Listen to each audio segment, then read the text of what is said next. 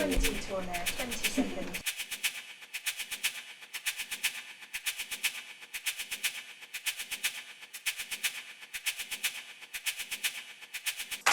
Five, four, three.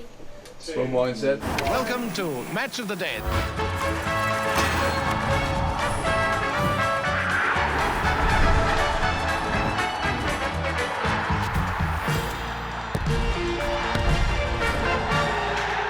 We're here at the studios of Match of the Day, BBC's flagship football show. And today we're going to take you behind the scenes and meet some of the show's creators and the pundits who helped get it to air. It's iconic, it's special, and it's got a few new faces. On one of the busiest weekends of the season, we've been given exclusive access to see what goes into making both the shows on a Saturday and Sunday. And this is the main hub of the operation, the Match of the Day production office. It's just round the corner from the studios. This is the place where the pundits will pretty much spend their entire day. They sit alongside the programme's editors as well as the analysis team, watching every single game that day. As we know, there's multiple fixtures happening at the exact same time. So there's loads of screens on, and the pundits are often making notes and chatting to each other about what's happening in the games. Chelsea Fulham is all about the two decisions. I'm Jamie Gavin and I'm a programme editor for Match of the Day. So essentially I'm responsible for everything that's in the programme. You kind of decide the durations of each of the matches, the durations of each of the analysis chats and what is contained within those chats. But as with everything on Match of the Day, it's a massive team effort really, and you know I will rely on the experts in the studio to steer what we're doing for those analysis chats. I think a lot of fans are unsure whether Match of the Day is live or not. Yes, it's live. It is whatever time it is. On my phone now, it is 9:30 and we're going live in an hour. It's such a historic show and it's been with me throughout my whole life, so yeah, to be on it from a regular point of view is strange, especially when you sit down and you hear the obviously theme song. To be on a show like this and to be with presenters like Mark Chapman and Kelly Cates, Gabby Logan, yeah, it's a pretty special feeling, and obviously to be one of the first females to do so is even more special. Delighted to be here. It's an amazing setup. It's iconic, of course it is, but once I'm in, it's business like it was in my previous job. It's a great team ethic, a bit like a football team. It's a brilliant group who end up getting the satisfaction of having that good programme go out at the end of the day. Is this the best job in the world? It might just be. He did die, but most people get shocked when they ask me about my schedule for Match of the Day because they don't think that you're going to be there all day and evening. Because if there's normally a kick-off at 12:30, you'd be in 11:30, 12. And then you've got games all through the day. You've got a later game, of course. Then you've got to get your bits done. And then by the time you come off air at, say, midnight, you've basically been 12 hours consumed by it, maybe with a half-hour break somewhere. So it's actually quite taxing. But the hardest part is being bang on it when you're probably at your most tired. So we're set up in the analysis room now. This is where all the match edits happen for Match of the Day. Let's take you into one of them now. Scott, how are we? I'm all right, yeah. Good to meet you. I'm noting down all major chances and cutaways or any lines that the commentator says. They might just say a random line. Do you think that can go in the edit? That's a good line to put in.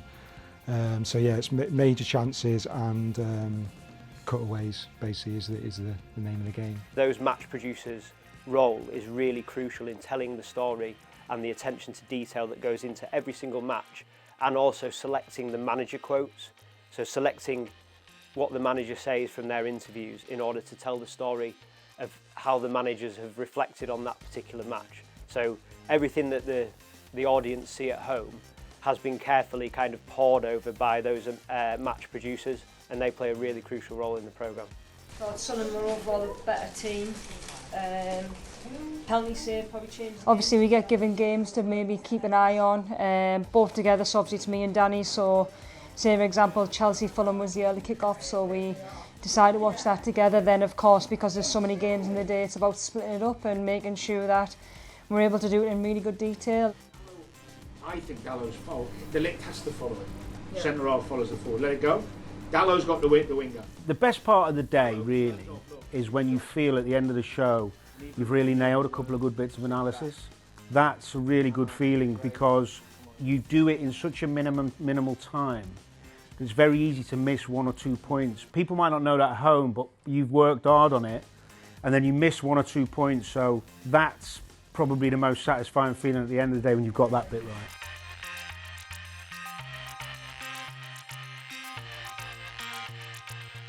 I mean, for me, it's perfect. Obviously, I love watching football, so to class it as my job and to be on match today is pretty special. We've watched 5-6 games today. I've been able to watch my team as well, Sunderland win, which was pretty amazing. Jay, this might not be finished. Oh, goal! Yes! Sunderland! Sorry, Dad. It's all right. No, but enjoy it, celebrate it. In terms of talkback, we have the opportunity to speak to the presenter and pundits as the show is ongoing. The first time you ever use these, it's scary. While you're talking on live play, someone starts talking in your ear. It's like, oh. This can be a very light touch. Jamie to Steph, Jamie to Steph. Can you hear us all right? Yeah. Perfect, thank you. In terms of just prompting or letting people know when certain things are coming, or even just letting the presenter and the pundits know how long's left on a particular chat.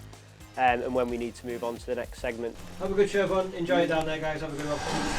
Thank you.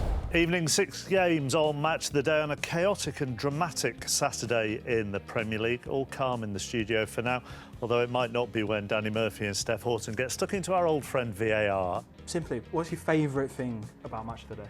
The buzz when the music starts, when you're on the set. Doesn't get old, that? No. It gives you a quick reality check on how lucky you are to be in the seat.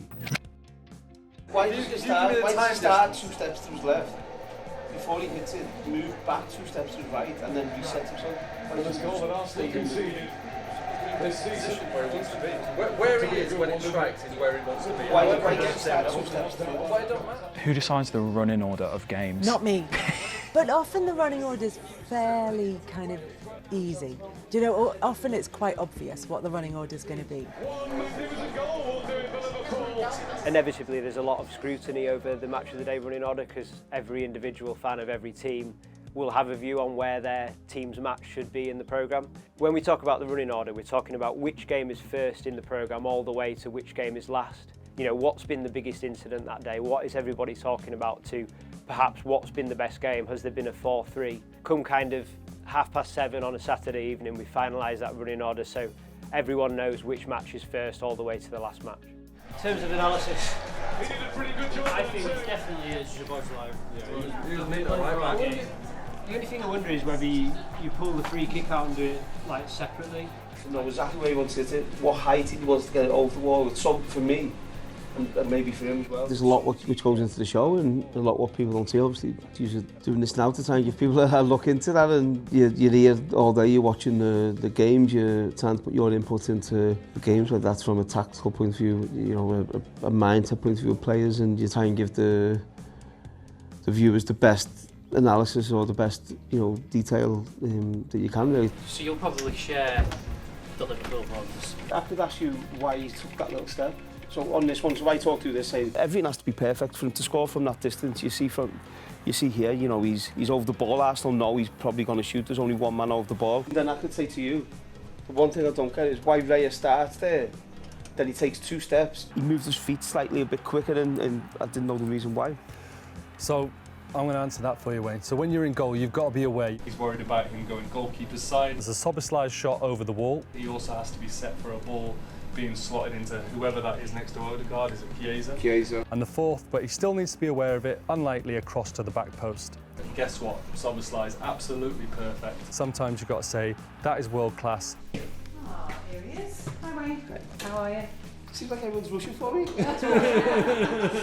Finch, you just start out away. 10 past 10. Who takes the longest in makeup? Which pundit would you have? Well, I've been sitting here waiting for Danny to go on air, so I'd probably have to say him. Big Meeks. Does he? Is he in there a while? Yeah, well, yeah, because before he even does his makeup, he's checking himself in the mirror and that his guns are looking good. Sorry, Meeks. I don't know, you know, we got that much time in between that. No, I wouldn't like to say. I wouldn't know, to be honest. All know me quite quick. Let's just come over here now. Can I do this here? Oh, yeah, sure. Please.